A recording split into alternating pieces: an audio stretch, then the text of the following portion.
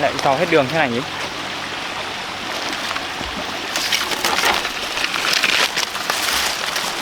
Không biết là hai mẹ con cô Tú Anh có ở nhà không?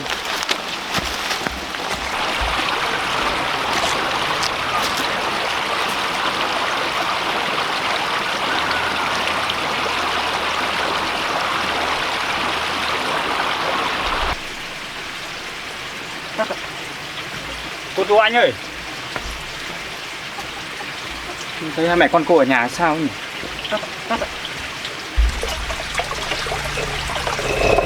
Cô ấy cũng kéo tay nhỉ, làm được cái cối xay đá như thế này.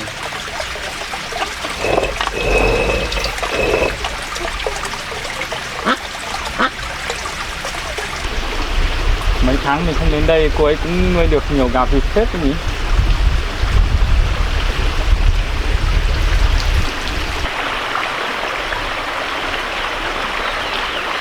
Chắc là hai mẹ con cô ấy lại đi thu hoạch gì bán rồi sao?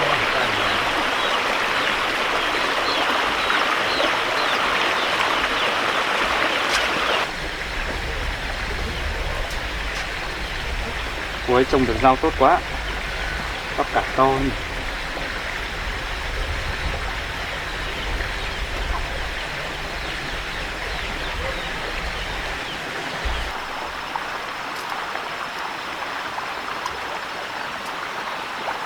Trồng được nhiều rau, hợp lý tốt.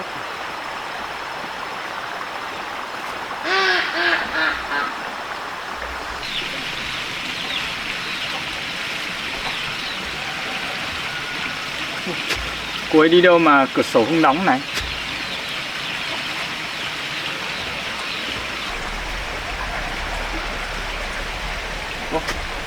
Sếp của cô ấy vẫn ở nhà mà. Cô Tú Anh ơi! Cô Tú Anh ơi! Cô Tú Anh ơi! Cô Tú Anh ơi! Cô có ở nhà không? Có, em lên nhà đi. Cô ở nhà? Cô ở nhà? Hôm nay hai mẹ con cô không đi làm à?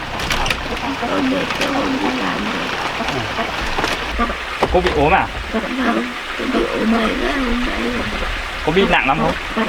Tôi bị ho và bị sốt. Thế cô không mua thuốc thang gì uống à? Tôi có con nhỏ tôi không uống được thuốc.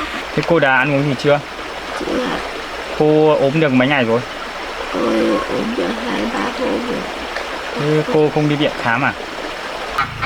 Tôi mệt quá tôi không đi được. Thế cô có cần tôi đưa hai mẹ con cô đi viện khám không? Thôi ạ, bây giờ tôi đỡ hơn nhiều rồi. Cô mệt thì cô cứ nằm ở đây đi nhé. Tôi đi hái một ít thuốc về đun cho hai mẹ con cô uống. Hai mẹ con tôi chẳng có đại việc. Vâng, không có gì đâu.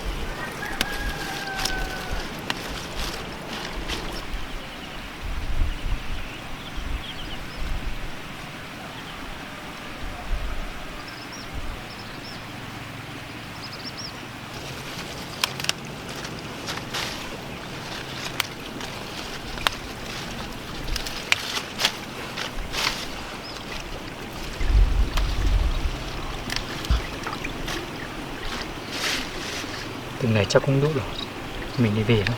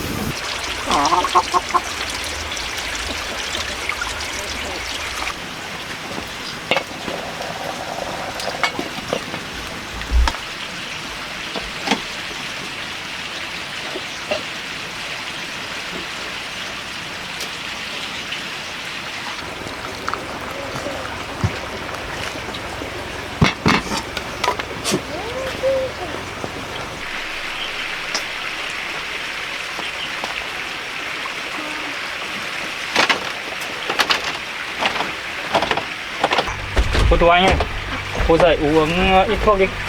Tôi đun cho cô xong rồi này.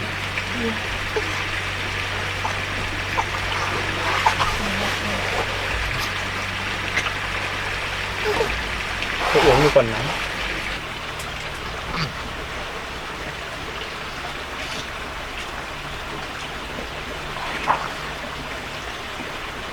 Cảm ơn anh nhé. Không có gì đâu, cô uống đi. Vâng.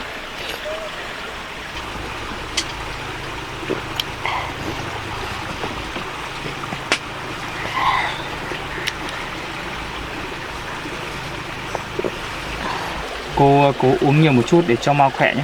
Vâng. Thế lúc nãy tôi xuống bếp tìm không thấy gạo của cô để ở đâu? Dạ tôi hết gạo rồi. Mấy hôm nay tôi không đi làm được, tôi chỉ xay ngô ăn thôi. Thế thì hai mẹ con cô cứ ngồi đây nghỉ ngơi đi nhé. Để tôi đi xay ít ngô rồi nấu cháo cho cô ăn. Cô uống xong chưa? Để cơm bát đi. Để tôi cảm ơn anh nhiều nhé. Không có gì.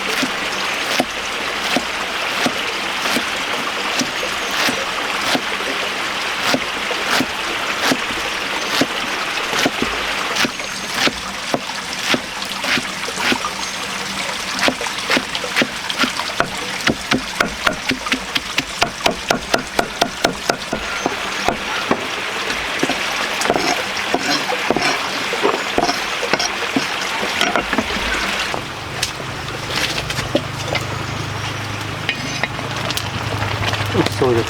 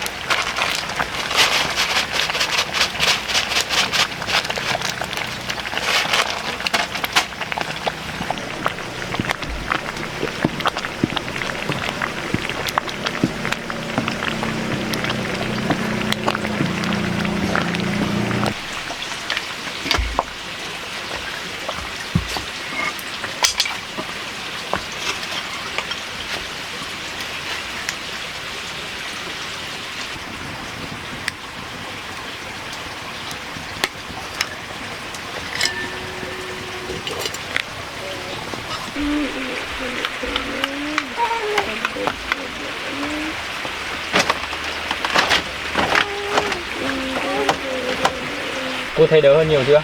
Tôi cũng đỡ hơn một tí. Thế cô cố gắng ăn chút cháo để mau khỏe. Dạ. Cô cho tôi bế con cô ăn. Con đi theo bác một tí. Đây. Bác bế một tí nhé. Dạ ăn cháo đấy.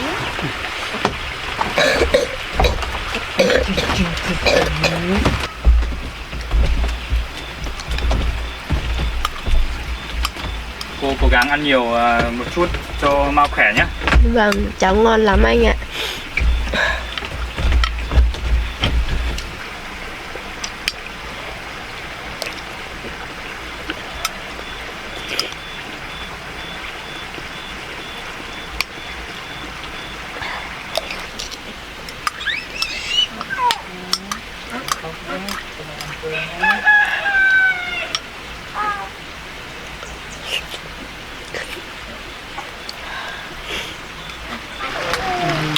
Ăn cơm ăn cơm nhé.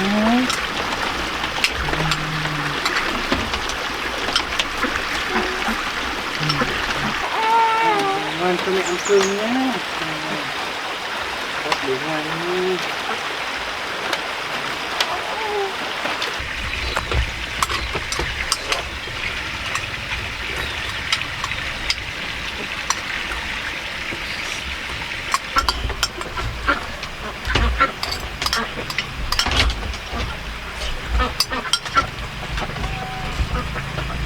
Anh ơi, tôi ăn xong rồi, đưa con về đây cho tôi bé à.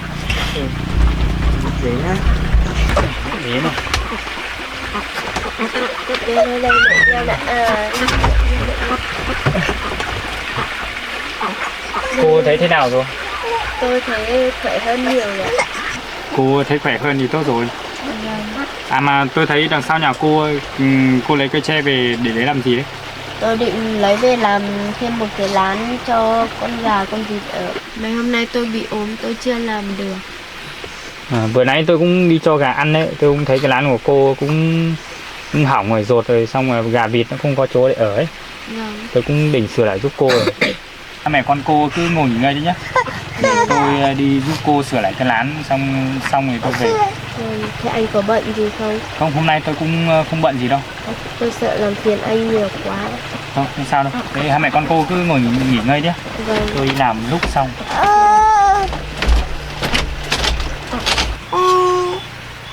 Em bé ngoan nhá.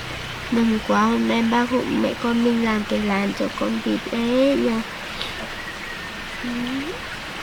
Em bé của mẹ cũng đỡ ốm chưa? Lúc luôn.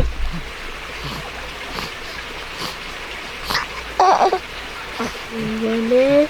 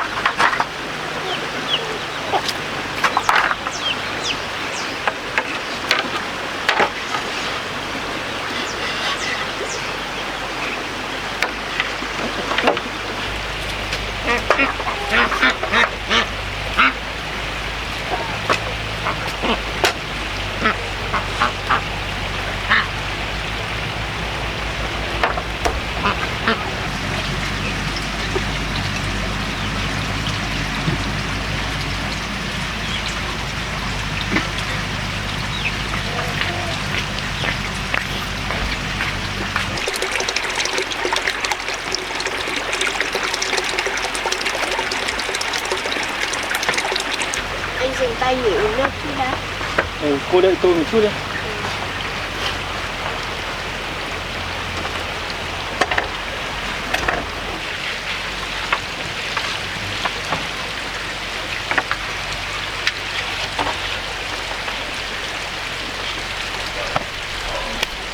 Cô xin.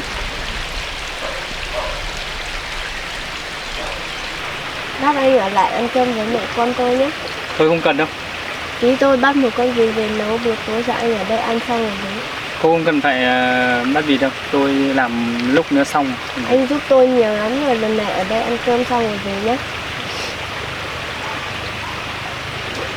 Tôi bắt cô.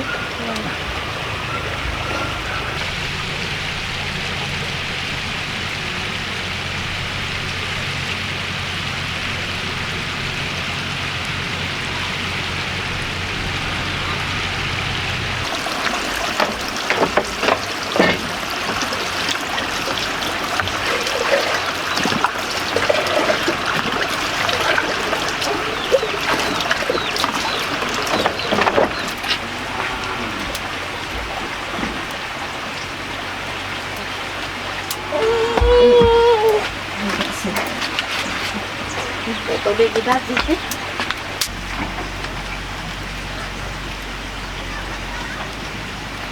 Thì anh lật lá thì anh gọi tôi lấy lá cho nhé. Ừ. Tôi đi sang ăn gì đó.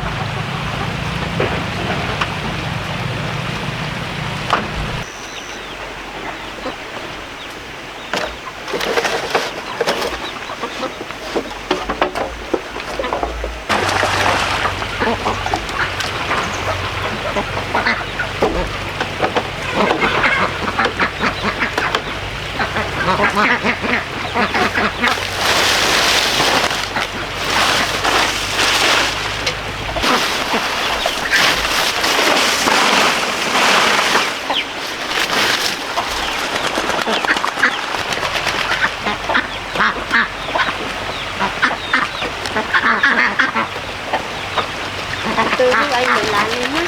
Tí cô của tôi để lá lên lập.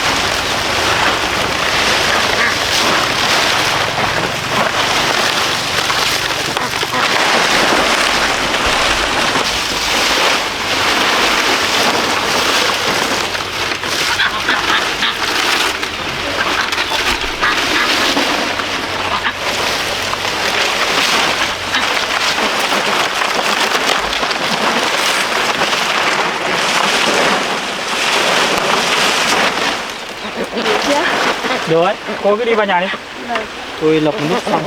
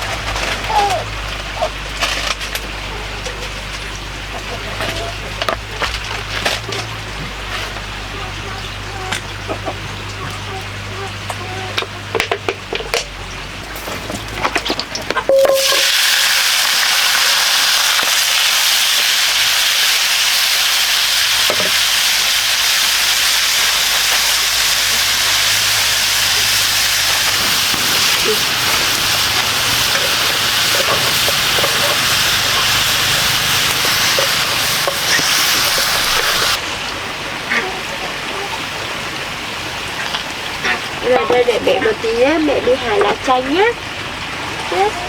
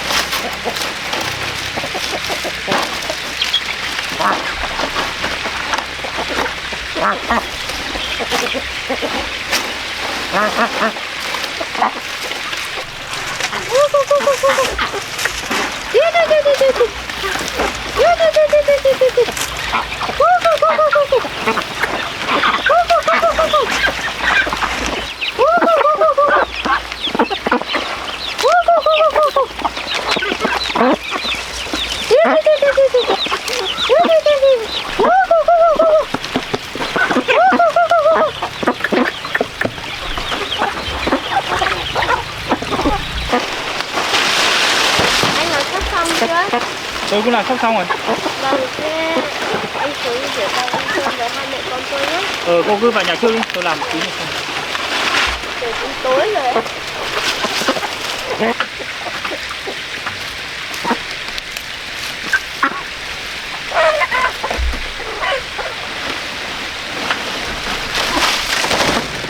Làm xong rồi, xuống rồi.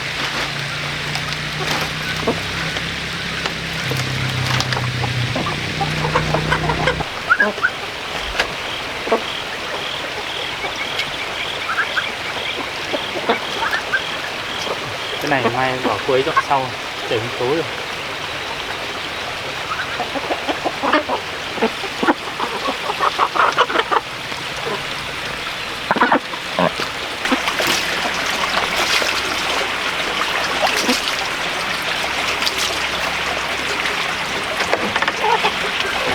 Ngồi uống nước này. Ừ. Vâng. Anh uống đi. Xin.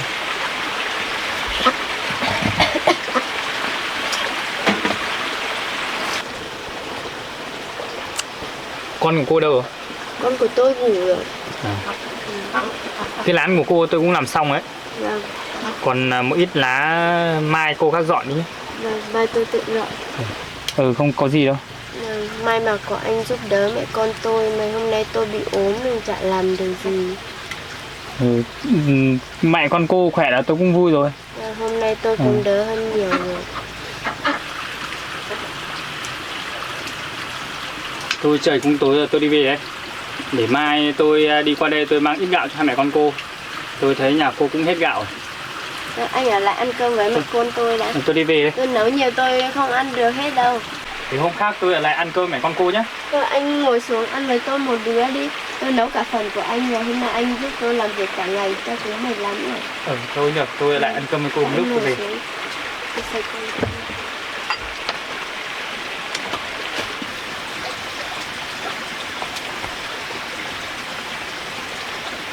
Tôi xin.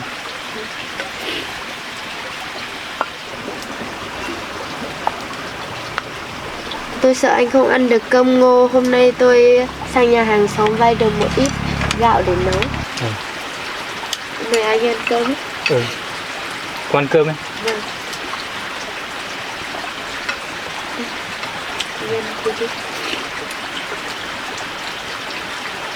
Sau cô không phải đi vay gạo để nấu cho tôi ăn đâu. Vâng. Đấy, cơm ngô tôi cũng ăn quen rồi mà, tôi ăn được. Vâng. Thế cô ăn đi. Vâng.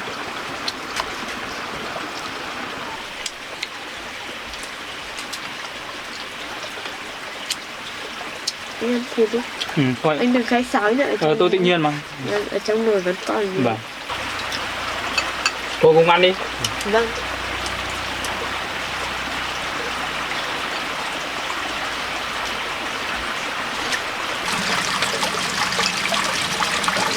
Tôi tự lấy. Cô cũng ăn đi.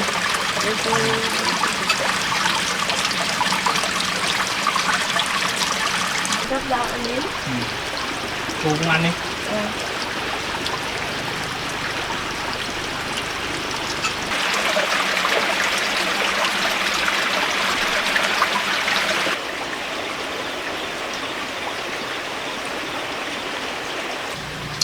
Rau cô nấu ngon lắm. Cảm ơn anh đã khen.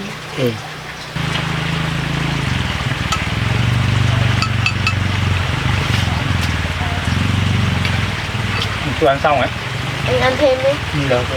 Tôi sẽ cho anh ăn thêm một Được, bát. tôi ăn không? Anh ngồi để đợi tôi dọn mâm xong tôi rót nước chơi nhé. Anh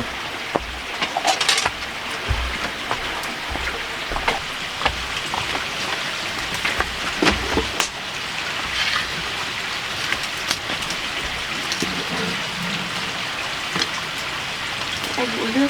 Để xin nhé.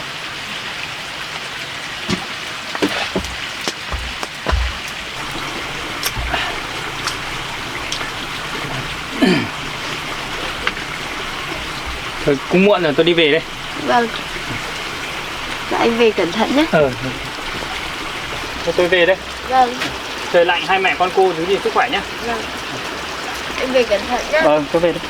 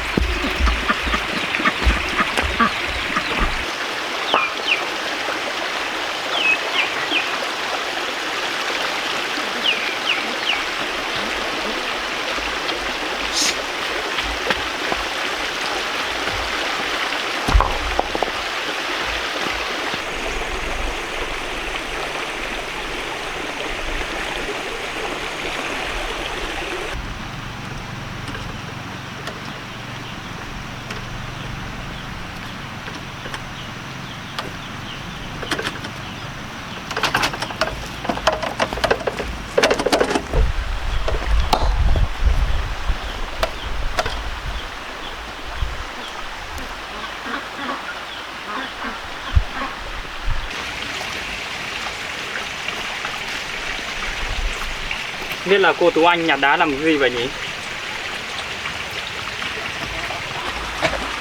Anh cần bộ sang chơi à? Ừ. Vâng. Tôi mang ít gạo với lại cái xe này cho cô, cho hai mẹ con cô dễ làm việc. Mẹ con tôi cảm ơn anh nhé. Thế cô đang nhặt đá về đây làm gì vậy? Tôi nhặt ít đá này để xây cái bếp lò ra ngoài này thế này rộng. À. Anh vào nhà uống nước. Ừ. Cô mở cửa cho tôi bê bao gạo này vào cho cô.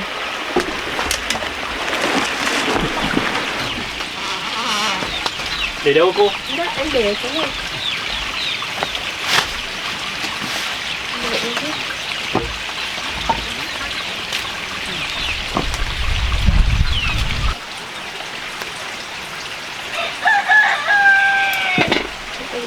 Ừ, tôi xin. Cô uống nước đi. Anh uống đi. Anh sang chơi là được rồi, lần sau anh không cần mang thêm nhiều đồ thế đâu ạ. Không có gì đâu, đấy là cũng chỉ là một ít tấm lòng mà tôi muốn dành cho hai mẹ con cô thôi. Thì cảm ơn lòng tốt của cán bộ nhiều nhé. Ừ, không có gì đâu mà. Sáng nay tôi đi vào quán tạp hóa ấy. Vâng. Xong mà mua được cái xe đẩy cho hai mẹ con cô dễ làm việc hơn. Vâng. Thế chiếc xe này chắc đắt tiền lắm phải không anh? Xe này cũng không đáng bao nhiêu đâu mà. Tôi cũng muốn mua một chiếc xe như này lâu rồi nhưng mà tôi chưa có đủ tiền mua. Thế cô nhặt đá sắp đủ chưa? Tôi đang làm rồi chưa đủ, phải lấy nhiều mới đủ. Thế cô có uống nước không để tôi rót?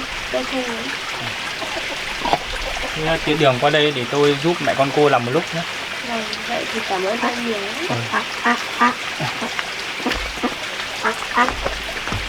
Thế cô đã biết sử dụng cái xe này chưa?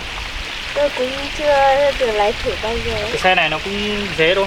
Cô cứ như kia là đẩy dưới thang bằng như rồi. Cô đẩy dưới đi.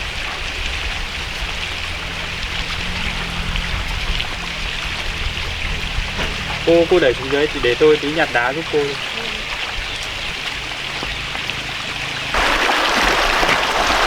Cô đẩy xong quay đầu này. Xong quay đầu để đẩy cô dễ.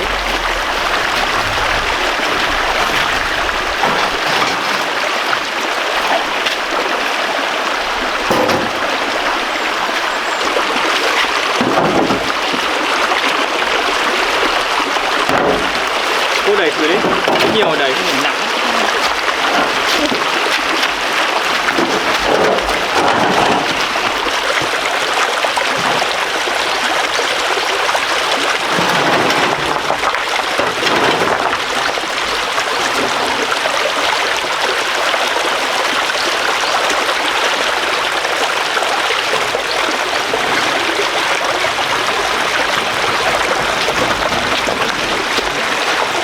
Cô có thể đi thế hơn không?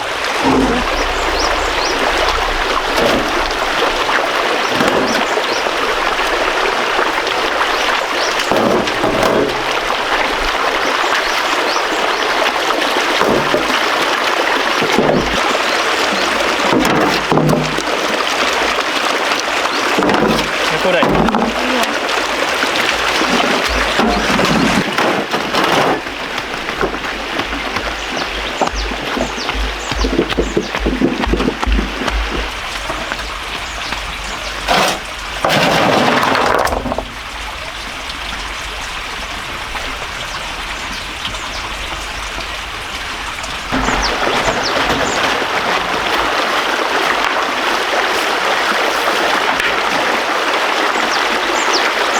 Cô cứ nhặt vào trong để cho tôi đẩy ra nhé.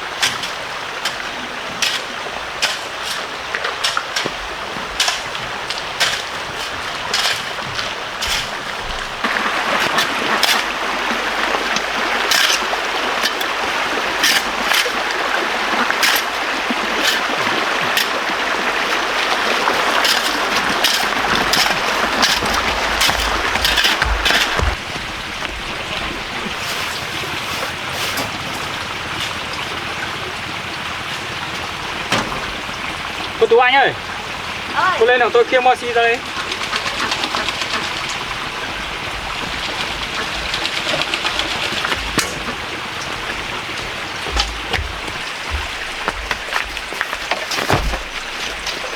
Cô nhấc của tôi.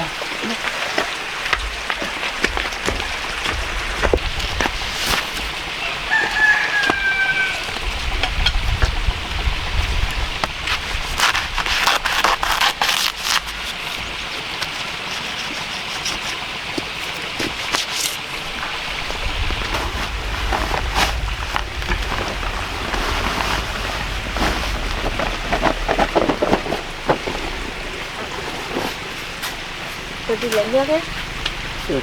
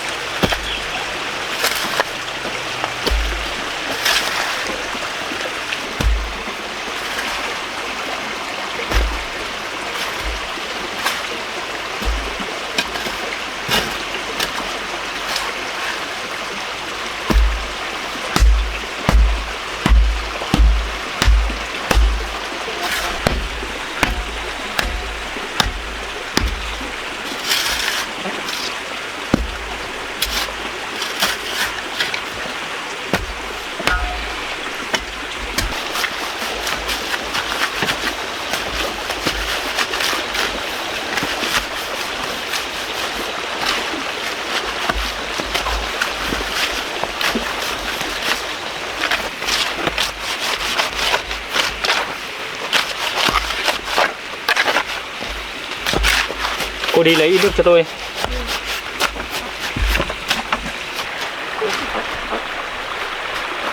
Nước đây.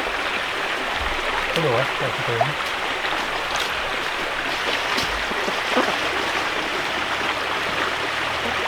Được chưa? Rồi.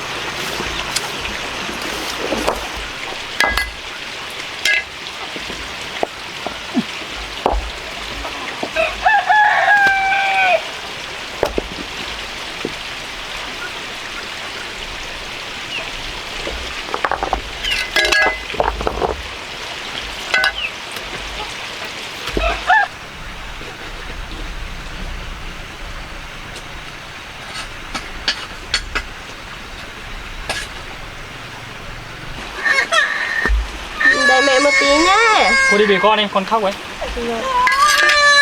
Để tôi tự làm.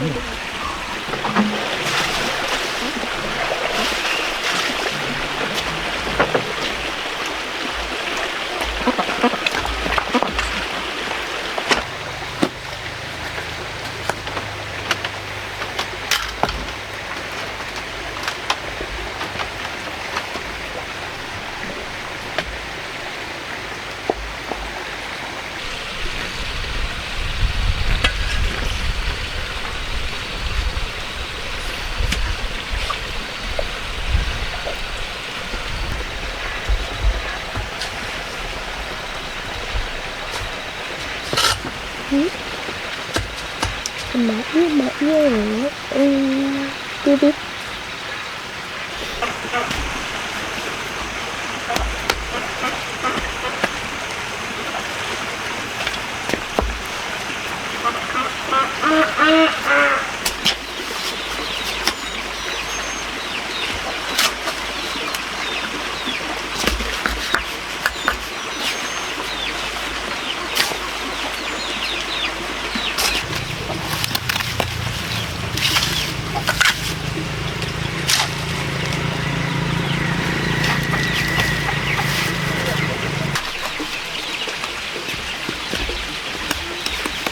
Tôi giúp anh bê đá xếp lên nhé. Cũng xếp thẳng hàng.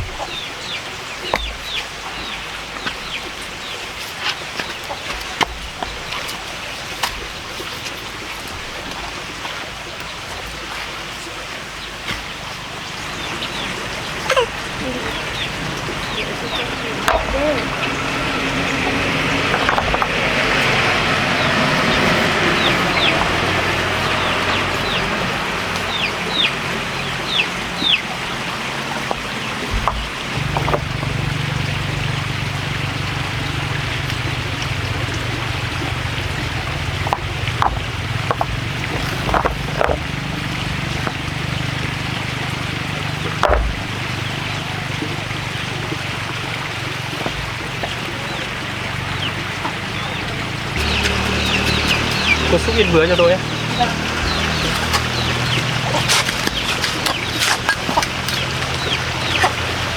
Để đây.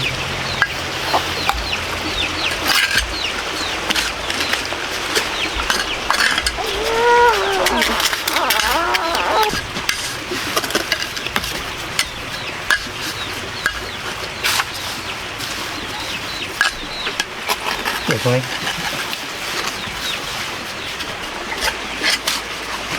Cô lấy để bên này cho tôi à?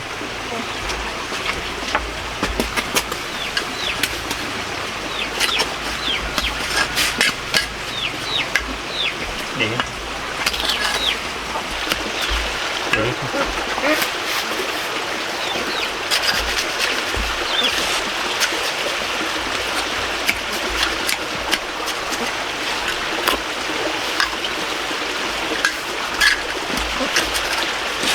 Vâng.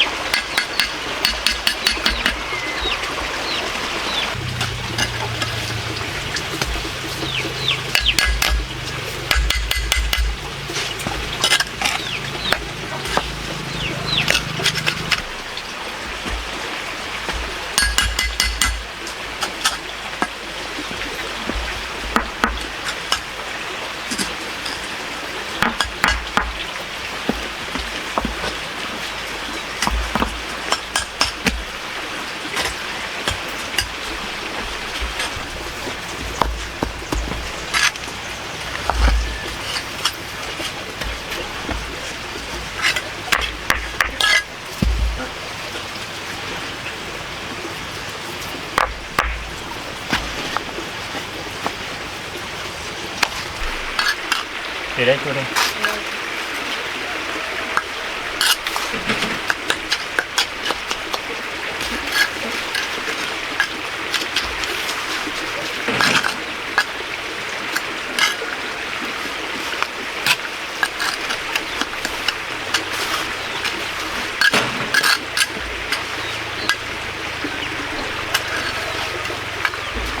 chỗ nào ấy? đây để cô để đây cho tôi Còn lấy nhiều không? lấy một tí nữa cho tôi để đây nó bằng nhau rồi đều đấy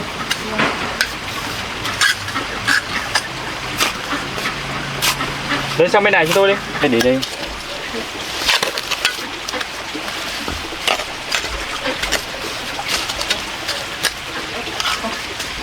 để chỗ này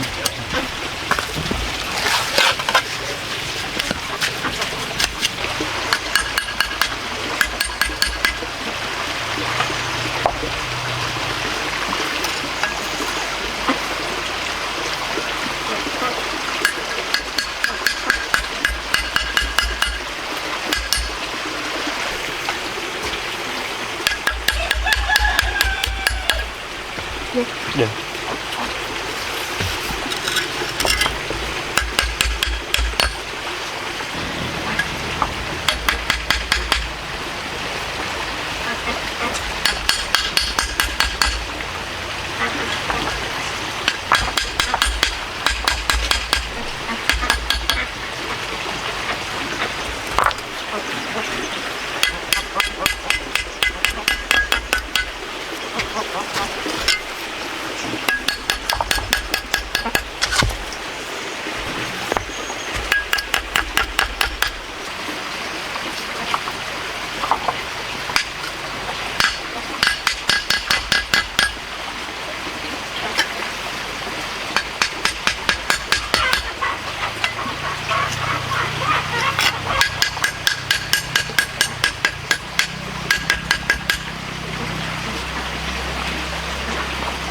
được đấy làm xong bên này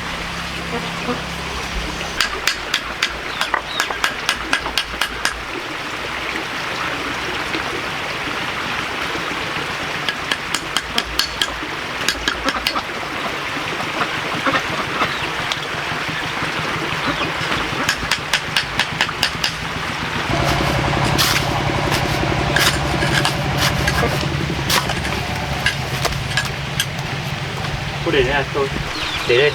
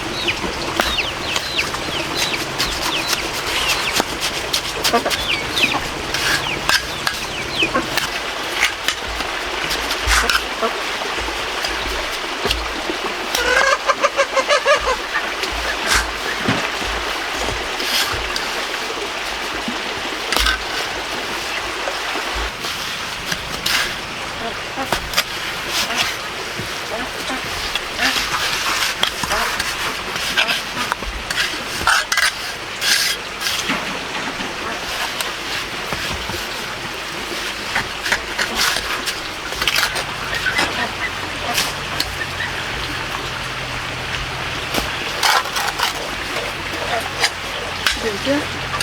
được rồi đấy cái này được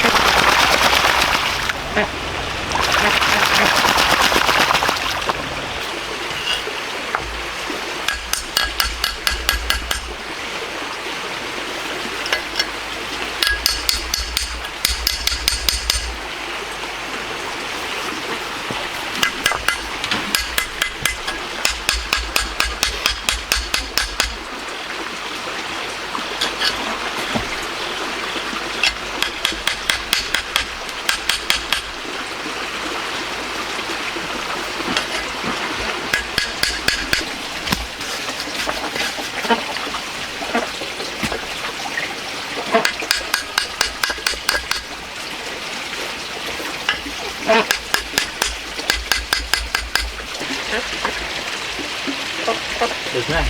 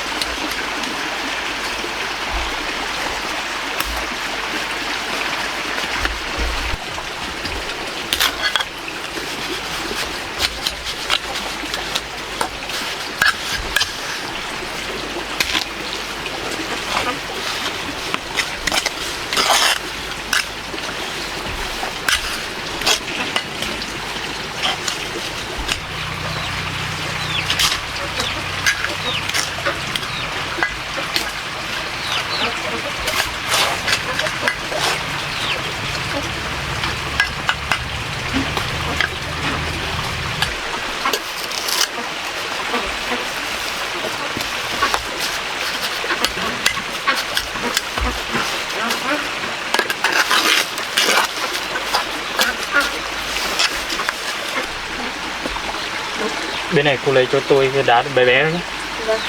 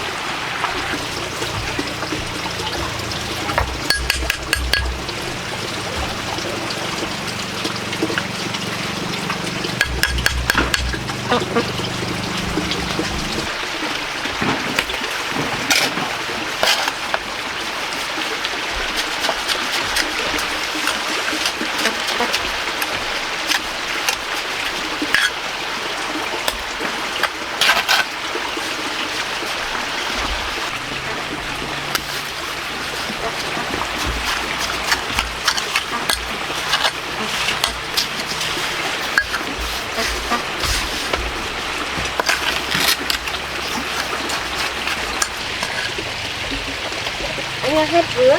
Hết rưới rồi. Vâng. Rưới thì tôi làm nốt chỗ này, tôi về đây. Vâng. Mai tôi lại xuống hộ cô làm. Vâng.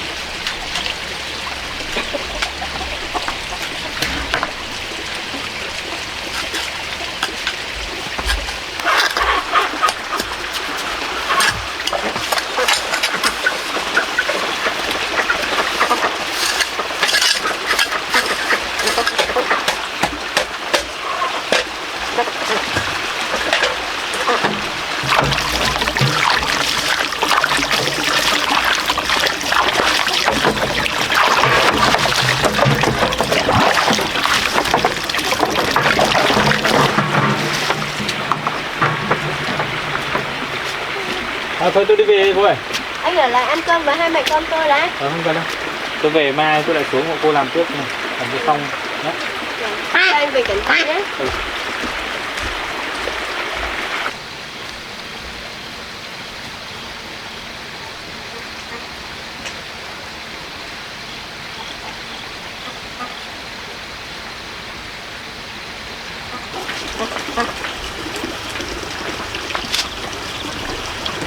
Vâng.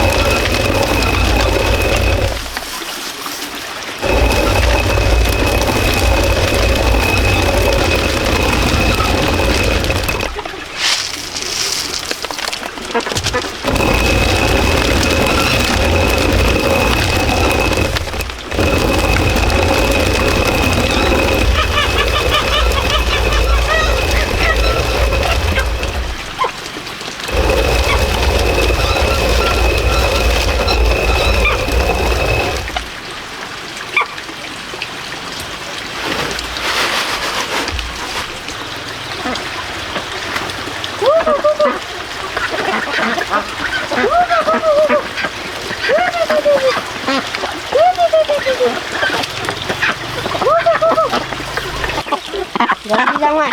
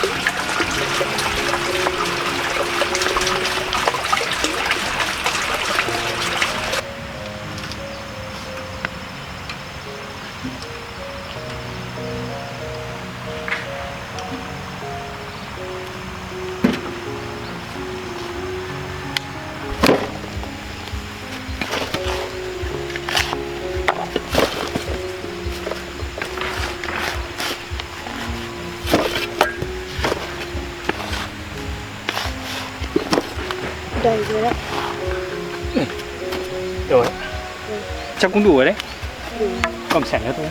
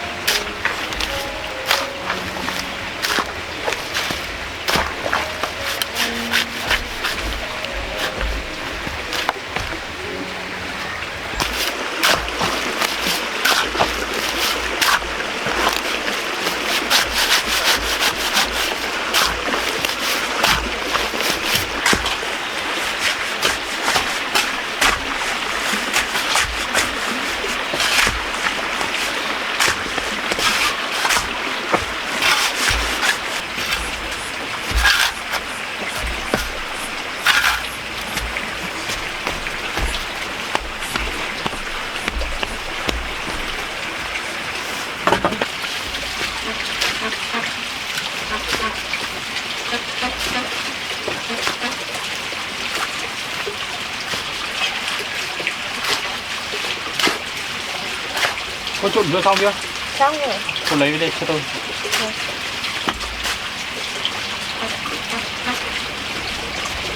Đủ. Đổ vào trong à? Đổ theo dây đi.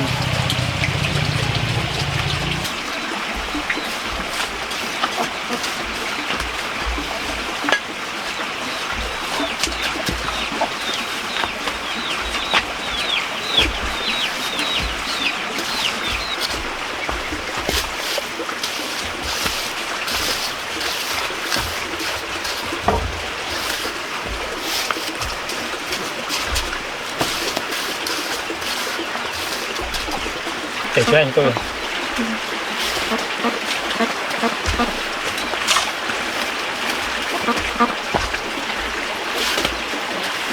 Con lấy cái sẻng để xem cái này để đây. Cô nhặt ít đá to để cho tôi. Thế đủ nhé. Được anh nhớ đủ. Mấy đá là đá to.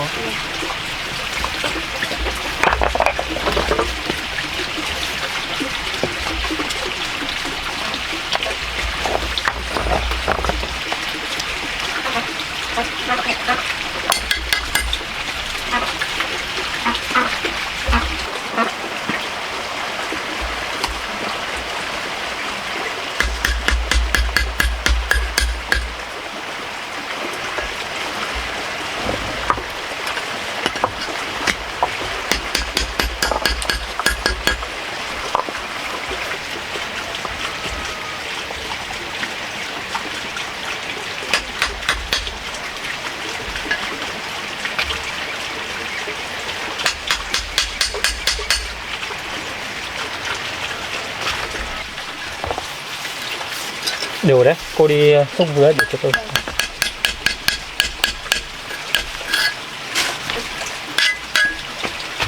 Để lên.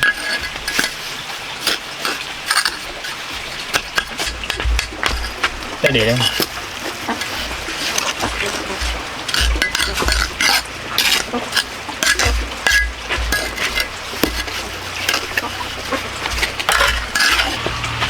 Để đây.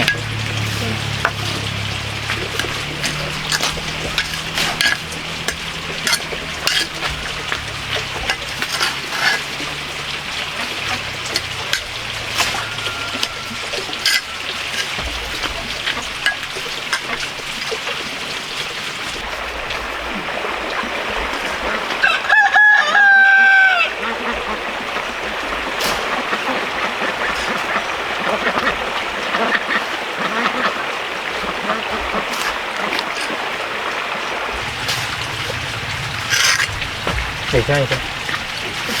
Đời cô nhà đá cho tôi nhé. Vâng.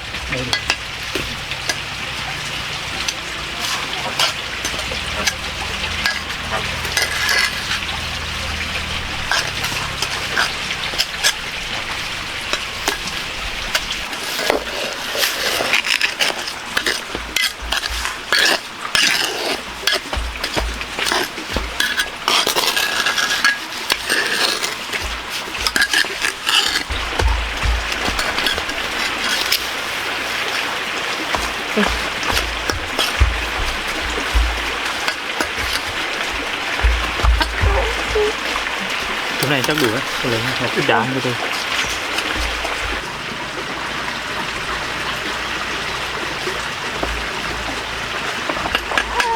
ngoan nhé, đến mẹ làm việc nhé.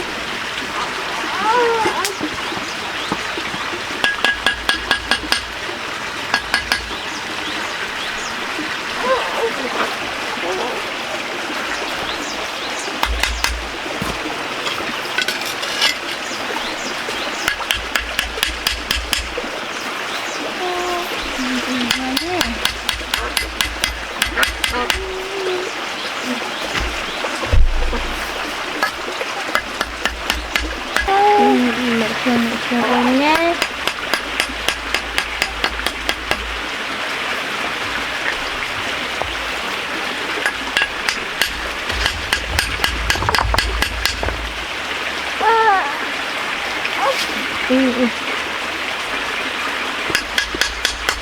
Ừ.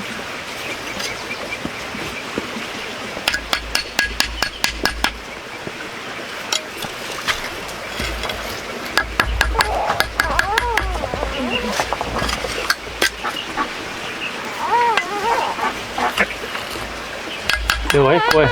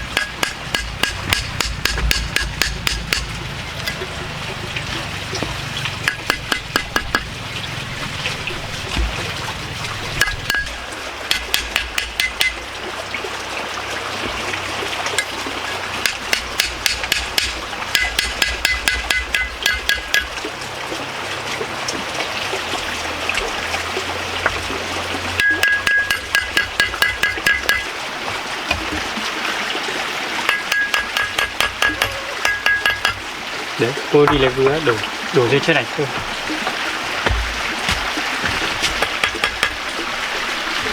Để đây.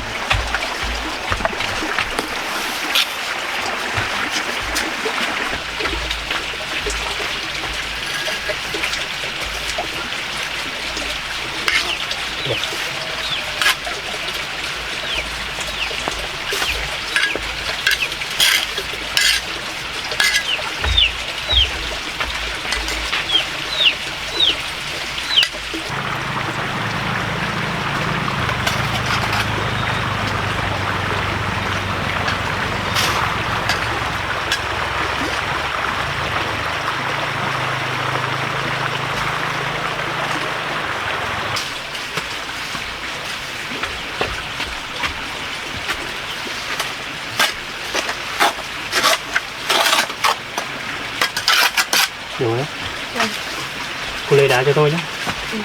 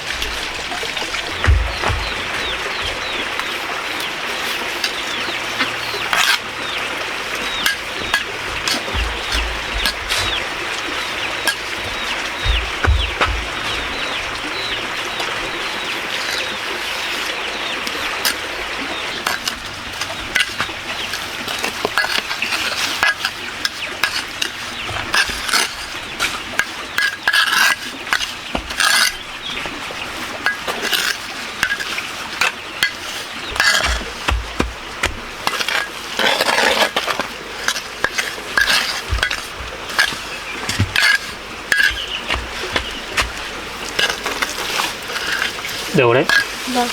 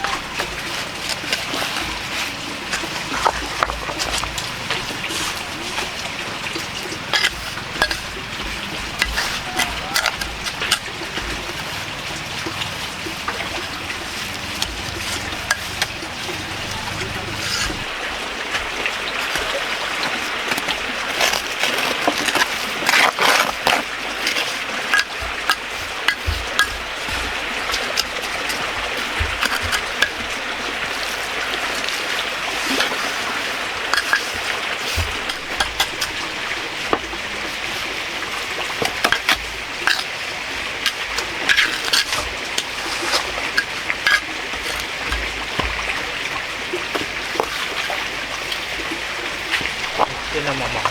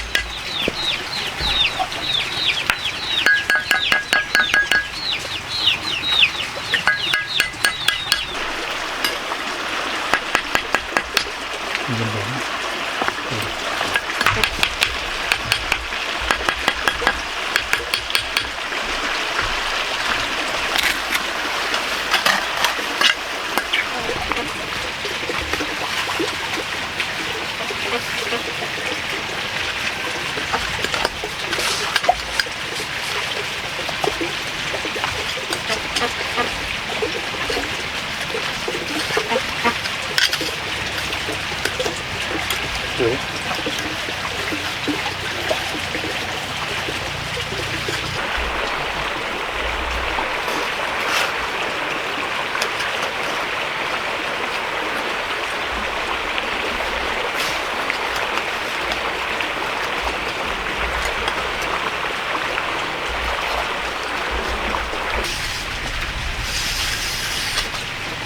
Đây, của tôi.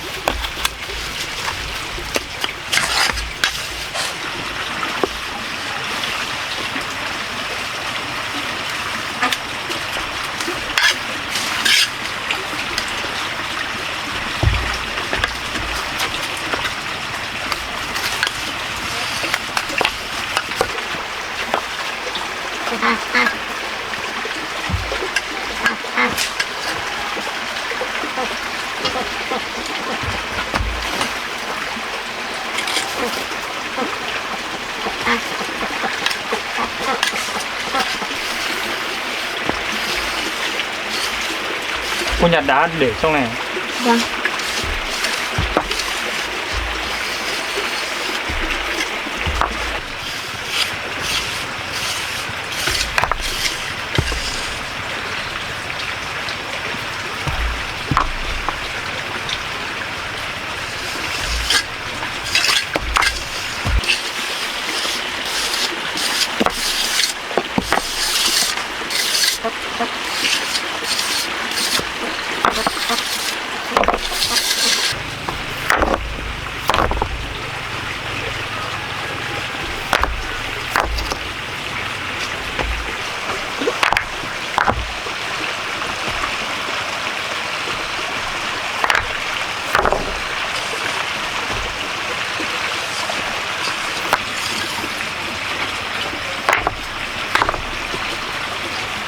Cô làm xong rồi cứ ngồi nghỉ nhé. Vâng. Tôi đi xúc ít đất để cho vào đây. Vâng.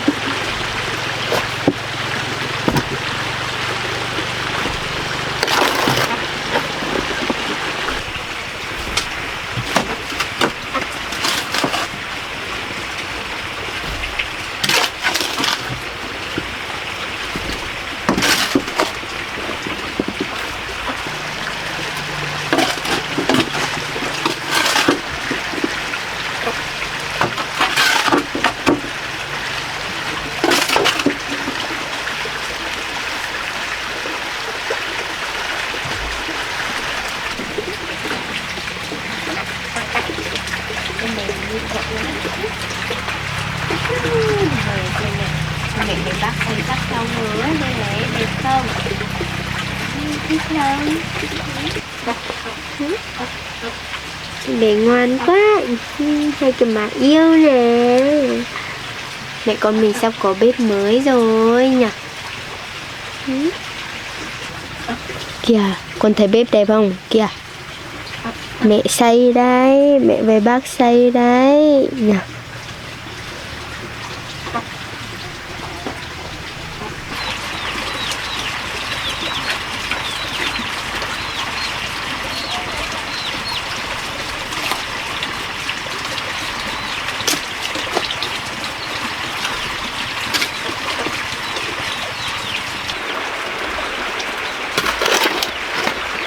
một lát xong một tay uống nước nhé. Ừ, làm tí xong luôn.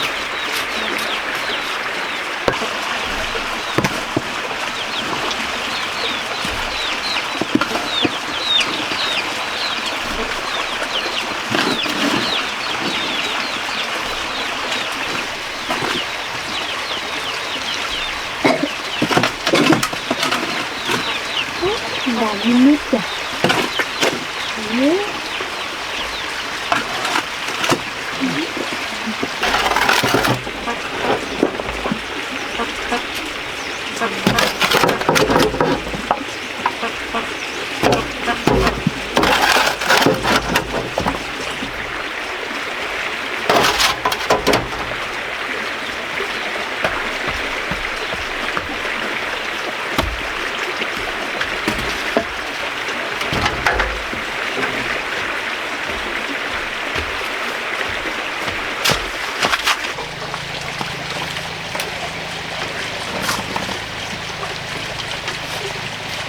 Cô đưa con ngủ rồi à?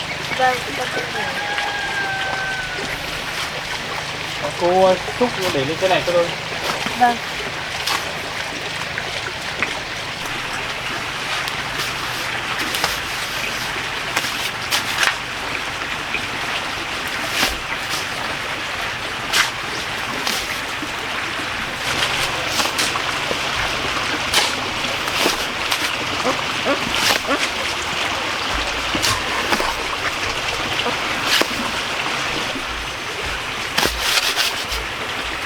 Cô xúc này tôi gạt thôi. Vâng.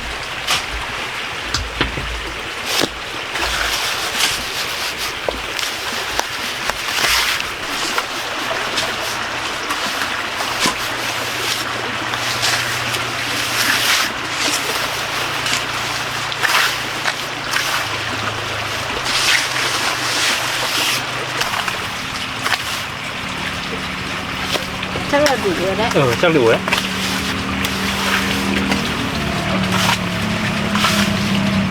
Rồi để tôi tự làm. Cô cứ đi ngủ lên.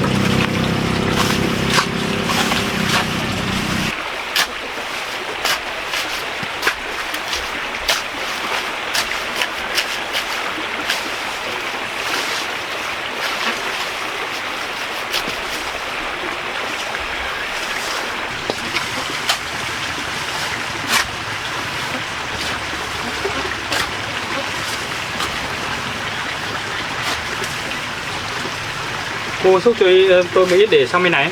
Vâng. Đây để cho này.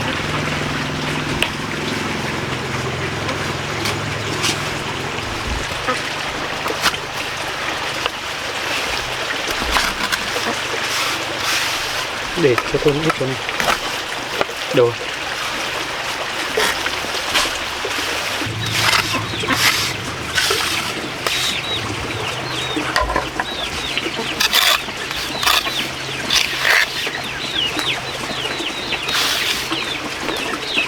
Để đấy thôi.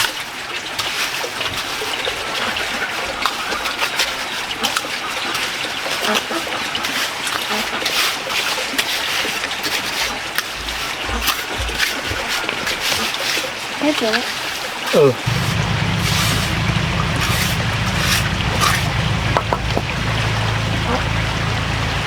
Tôi làm xong rồi đấy. Vâng. Chân tay. Anh rửa chân tay không vào đây uống nước nhé.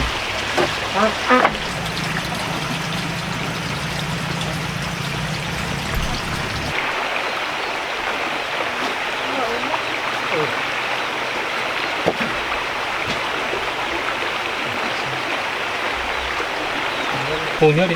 Anh uống đi. Cảm ơn anh đã giúp hai mẹ con tôi hoàn thành cái bếp này. Ừ, không có gì đâu mà.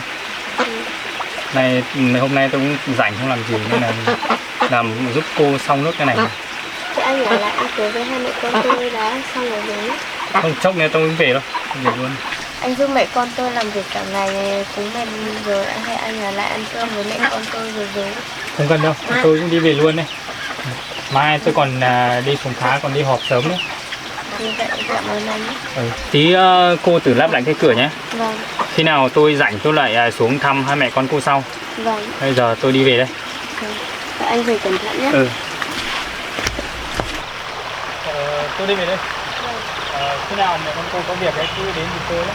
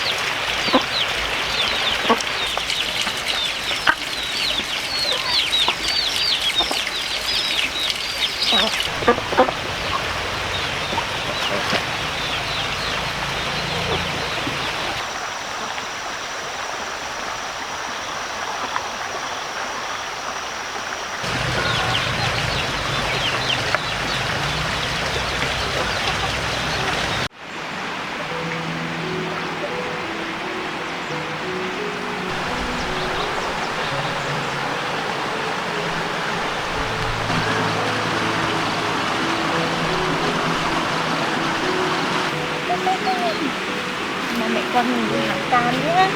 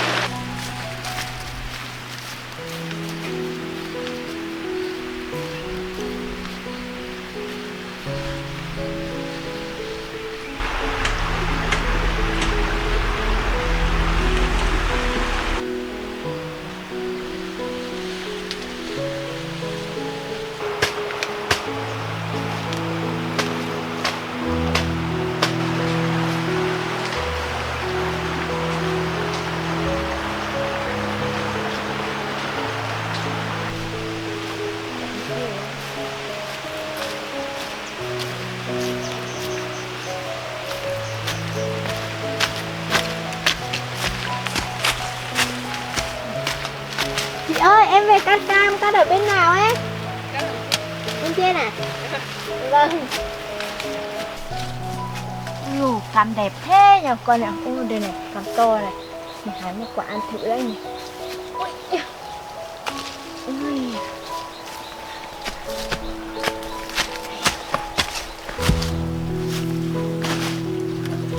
Để mẹ còn xem ăn thêm có ngọt không nhé.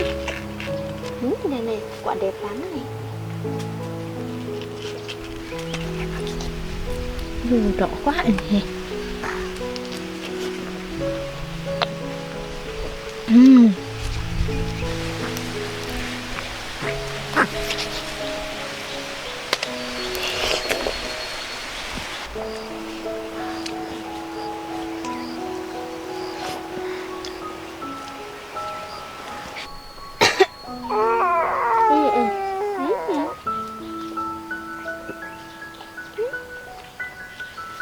Khi nào em lớn mẹ cho em ăn nhé. Ngoan.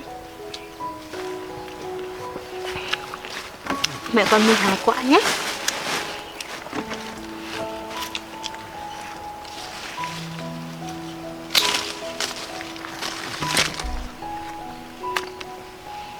Đây quả chín vàng đẹp quá nhỉ con này. Đấy. Ngoan nhá, để mẹ hái quả nhé.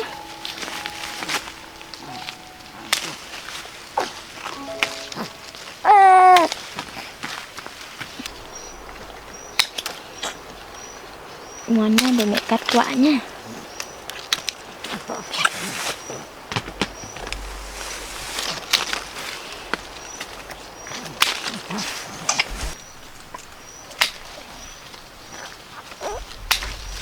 Ngoan nhá, để mẹ cắt quả này. Ây.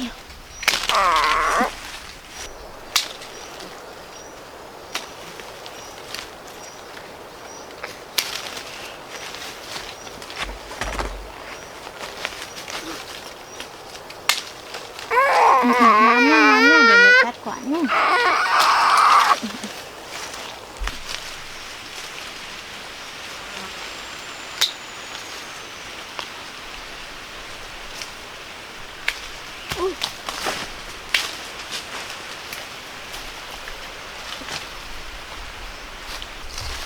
Quả to đẹp thế nhỉ.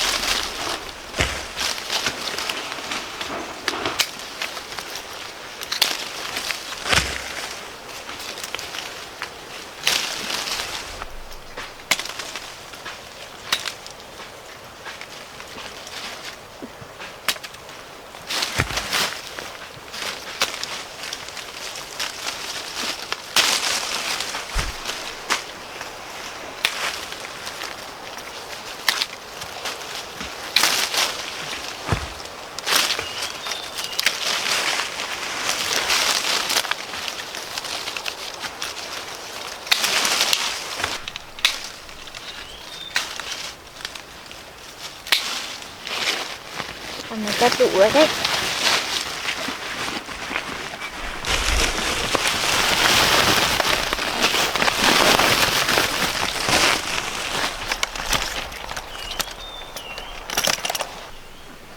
Mẹ cởi em xuống, mẹ có em đằng trước nhé. Đấy.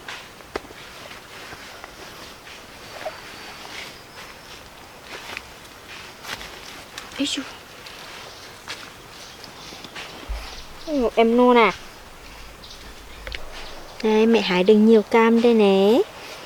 Đấy, em bé cũng sắp ăn được cam rồi đấy. Để cho em bé sờ sờ một tí nha. Đây. Thích không?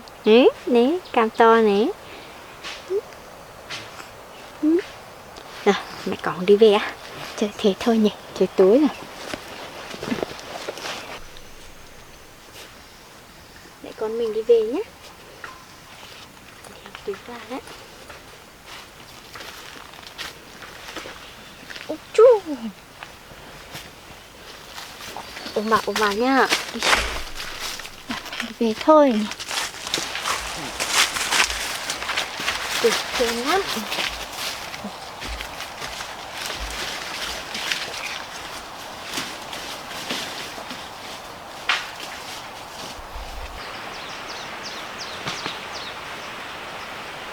Nha, tuyệt vời lắm.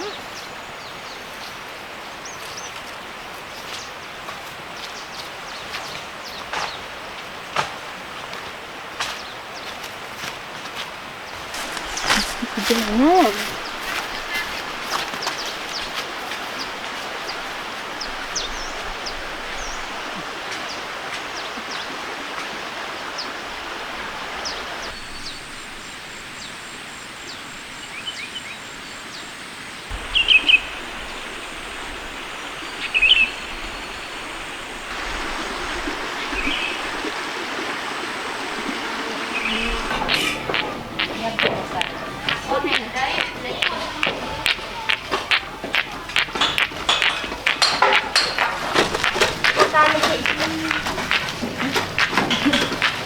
Con chị hai con nhá.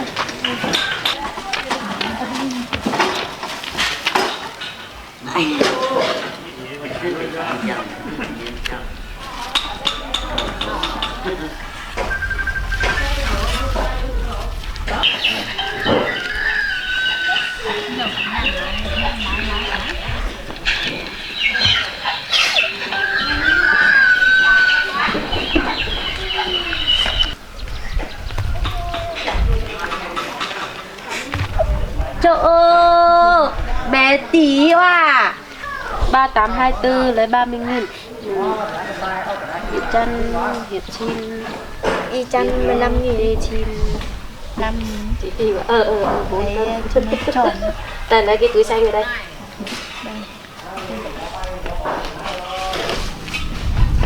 Chí phỉ. Cái gì nhỉ? Đây là chí phỉ. Giá khoảng bán quả cam mà 10 cân bao nhiêu đấy? 8.000 ạ. 8.000. Vâng. 8.000 một ký. Tiêu. Xiên. Kiểu xiên.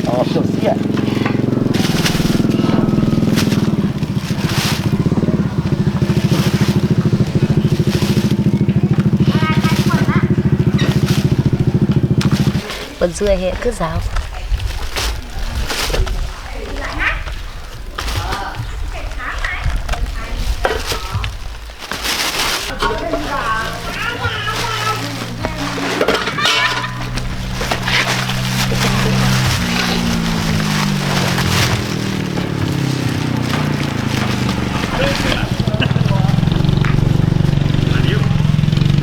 Lấy quả đi chị ơi. 5 cân. Quả đẹp thế. Cân bao nhiêu tiền đấy? Em bán 8.000 một cân. 2 cân 15.000 này. Đây nha. Cân bao nhiêu ấy? 8.000 đấy. 8.000 một cân. Bao tiền em? 8.000 đấy. 2 cân 15.000. Quả ngon cực. Ngon lắm.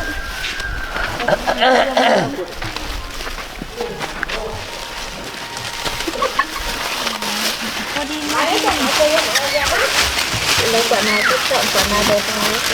Một cân à? Để hồ cân. Có bữa đổi trang kìa. Đưa trang kìa. Có vừa lột ra. Với gì cái kỹ ném mày hạ giá. Và hạ lý lùng đấy hả? Con này Cắn nhiều luôn đấy à? 20.000 nhỉ? Đấy. chậm chân nha. Điêu nhá. 2 cân hụt xin nhé. Bao nhiêu nhỉ mà? 2 cân. 2 cân 1 tính 2 cân 2. Cho là 20. Từ cân từng người. Giờ này 2 cân 4. Đây. 2 cân 3. Để cho tròn cân 2 cân dưới đi. Đây. 10 con nè. 2 cân dưới ạ. Để tiền. Anh bao nhiêu cân? 2 cân. 2 cân trăm dưới. Này của chị 24 là 20.000. 35.000. Cái này này. 5.000 ôi giời thì này. Có số đó. Phải không? Phải không? Đấy thì 1 cân. 2 cân mốt.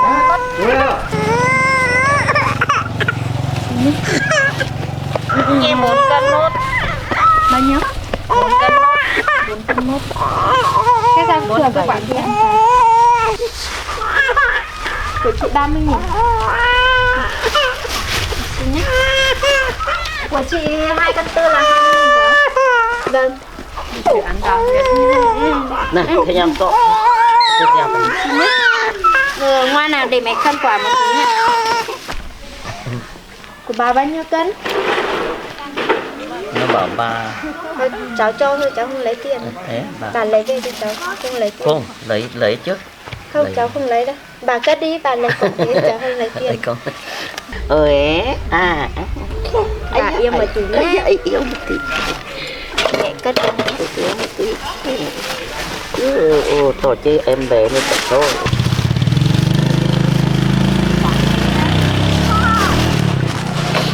Cam này chua chua một tí đấy, bà ăn được không? Được. Chua chua có sự. Bà yêu Đây anh, à? bà yêu em bé.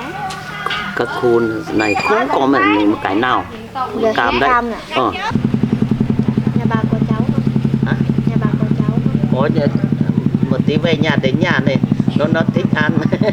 Thích lắm. Thì bà về cháu lấy về ăn nhé. Không lấy tiền. Vâng. Đấy, thì cảm ơn cái cháu vậy. Cam này cháu đi cắt tận vườn, họ bán cũng rẻ. Thế á? Nhưng mà thì nó có ngày có nhiều không? Bên kia có nhà này, có nhà này. Có, cháu lấy ở dưới xá cơ. Còn dưới xã. Vâng. Mạnh khỏe nhá, mạnh khỏe luôn. Cháu về đây, Vâng. bà mang quả về nhà ăn nhé. Cháu về tí còn làm hết nhé. Rồi lại bà giữ gìn sức khỏe nhé. Vâng. Nó làm từ từ nó không làm mà con cháu là dễ làm nhá. Vâng. Khi nào cháu có gì cháu lại cho bà nhé. Cảm ơn rất nhiều con cháu đấy.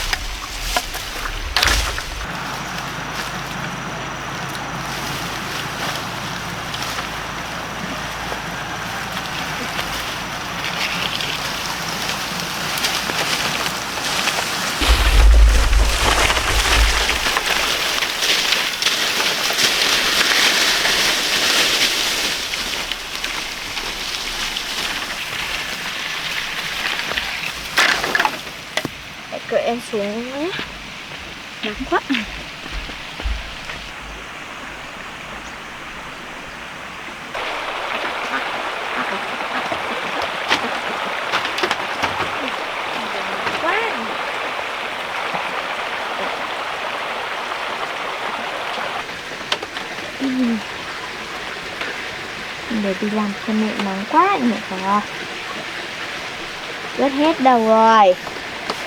Xin lỗi em nhé. Nóng quá mẹ hộ em bé cởi một cái áo nhé. Ít ca nhỉ, nóng quá đi nhỉ. Che thử cho nhé, tí nhé.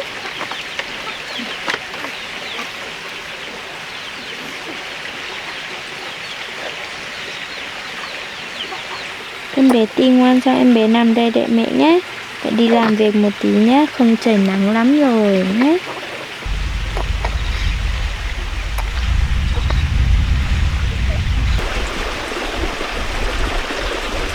Mẹ làm việc nha. Nó của bà bố yêu của mẹ. Ôi trời. Nằm đây nha, mẹ làm việc nha. Mẹ cô vào nha.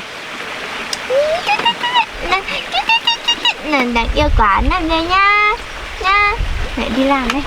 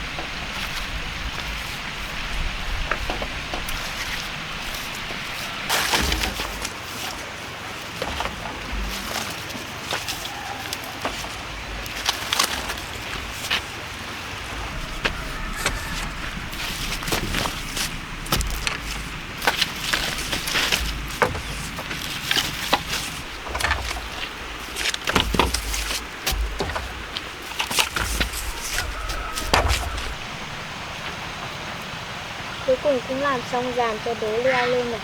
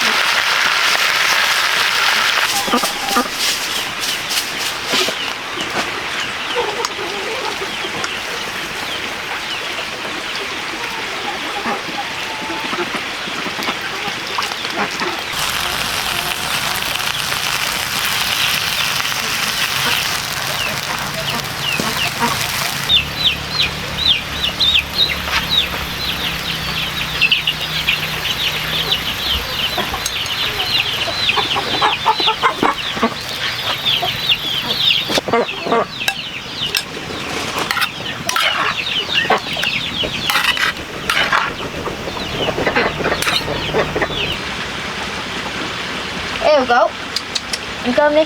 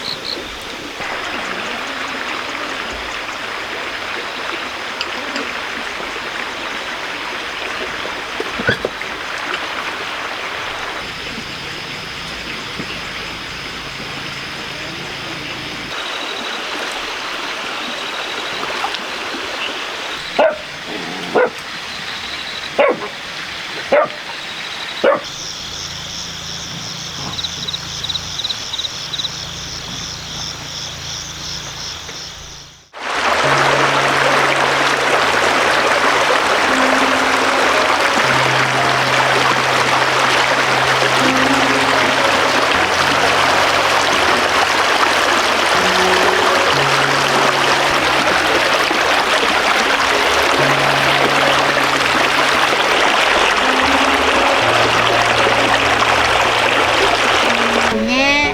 Nào, không được phủ chảy mưa ướt đầu đấy nha. Nha. Em bé nằm ở ngoài nhé, mẹ đi làm việc nhé. Đi tưới rau nhé. Nằm đây chơi nhé. Nằm ra ngoài mà chơi nhé. Này mẹ đắp chăn cho em nhé. Anh chơi chưa? Anh chơi nè. Nằm im. Thế này á? Hả? Nằm im à? Rồi em tự chơi nhá, mẹ đi làm nhá. Nha, đi làm nhá.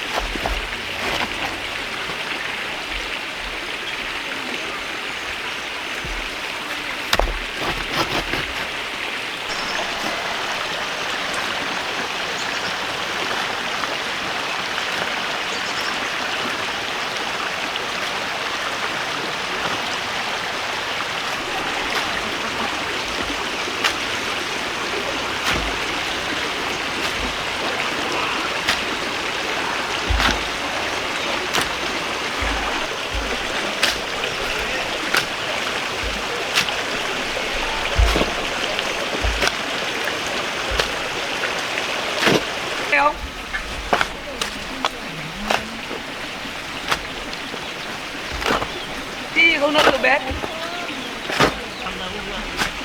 Anh cứ đuổi tí em gọi thằng chắc không vào mua được.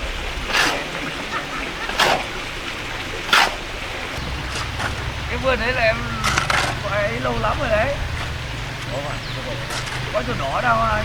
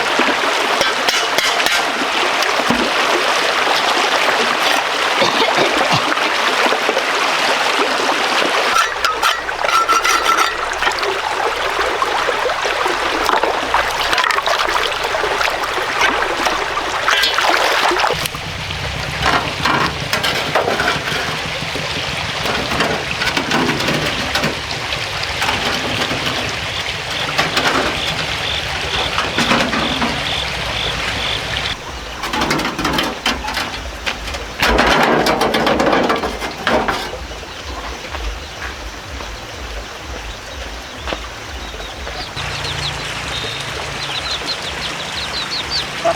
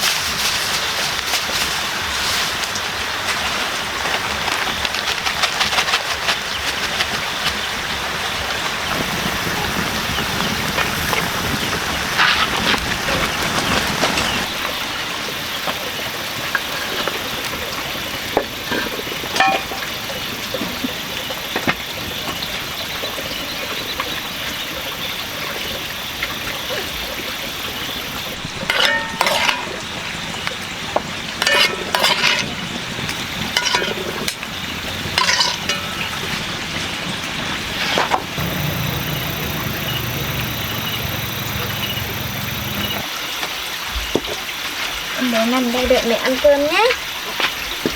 Chào. Bé nằm đây nhé. Achoo. Im im im. Im im im nè. Yêu thế nhỉ. Em bé của mẹ giỏi quá đi nhỉ. Nằm đây nhá, mẹ ăn cơm nhá. Nha. Ăn cơm nhá.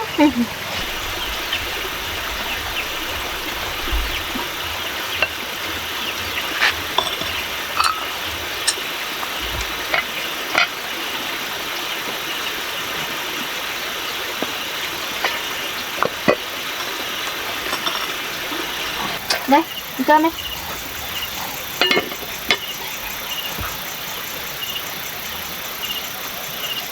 Năm nè. Ăn cơm nha. Mẹ con ăn cơm nha. Ngồi để cười à?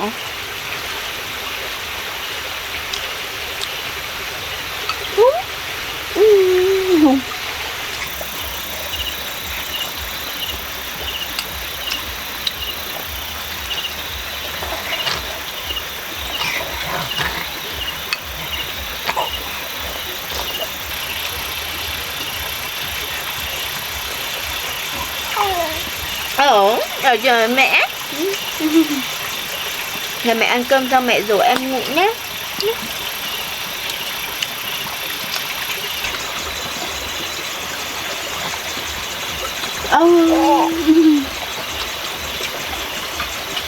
Không kéo quần lên nha, con muốn đốt nha. Muốn đốt chân yêu này nha.